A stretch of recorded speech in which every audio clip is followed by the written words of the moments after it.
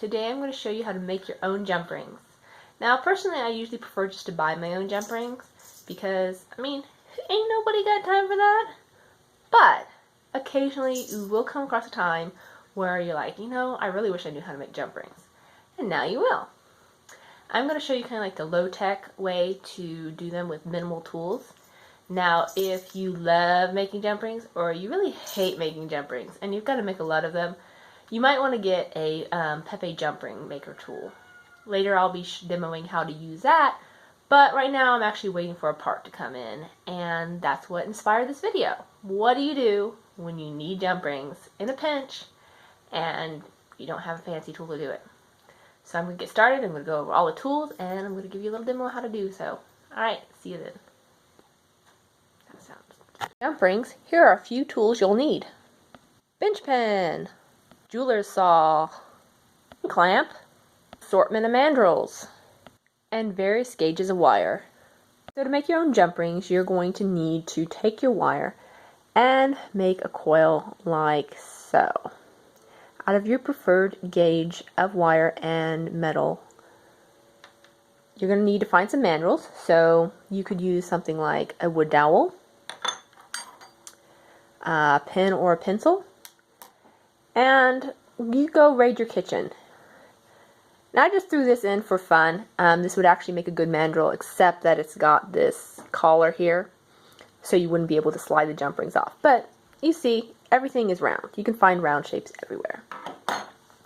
What I'm going to use for this demo is actually a knitting needle. Why I have a knitting needle when I don't knit is beyond me. But we're going to use this anyways. Alright, so to start, I'm going to just hold the wire down and just get a couple wraps just to get started, and then I'll worry about getting it really nice and tight and consistent. Alright, so try and get your wraps as tight together as you can. Being a knitting needle and trying to film this at one time is a little difficult, but as you can see, I have a coil and it slides right off the knitting needle.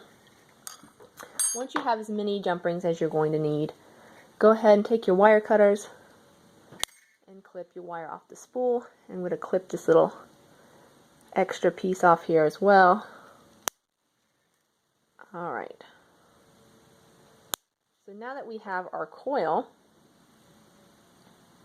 let me see if I can get this in focus for you guys. We're going to take our ring clamp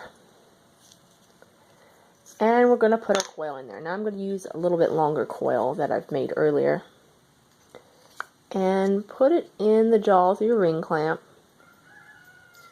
and take the wedge end and shove it in the other side.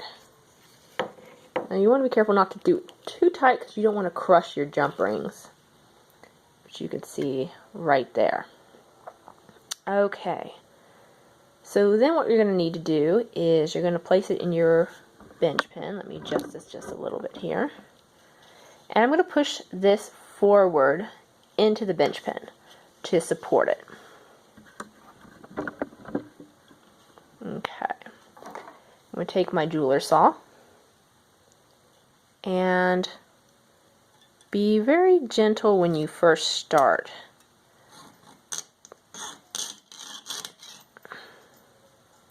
Now you can see what it's doing here. That's because my blade is too heavy for the thickness of wire.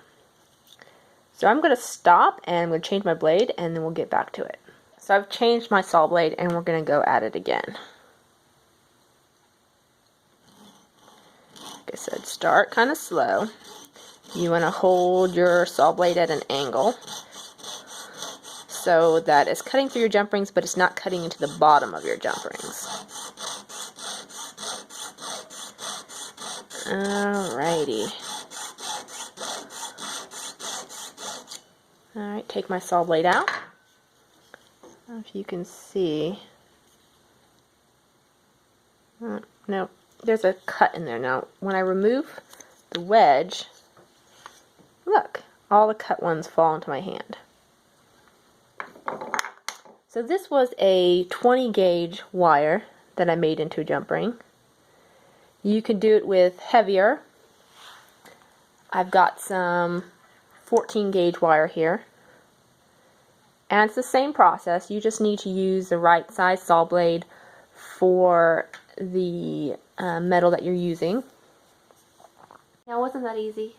Now, I touched briefly on the fact that depending on the gauge of your wire you're using will depend on the size of saw blade that you need to use. Now, that's something for another video. But just so you know what I used in this video, on the 20 gauge, just thin jump rings, I use a 6/0 size saw blade.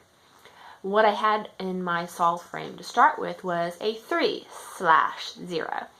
And I had that one preloaded because that's what I use on the 14 gauge jump rings that I was making earlier today, of the thicker.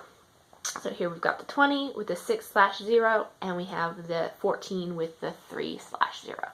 There's all sorts of charts you can look up online for what size saw blade to use, what gauge of metal, but those are just what I used quickly in the video. Alright, till next time.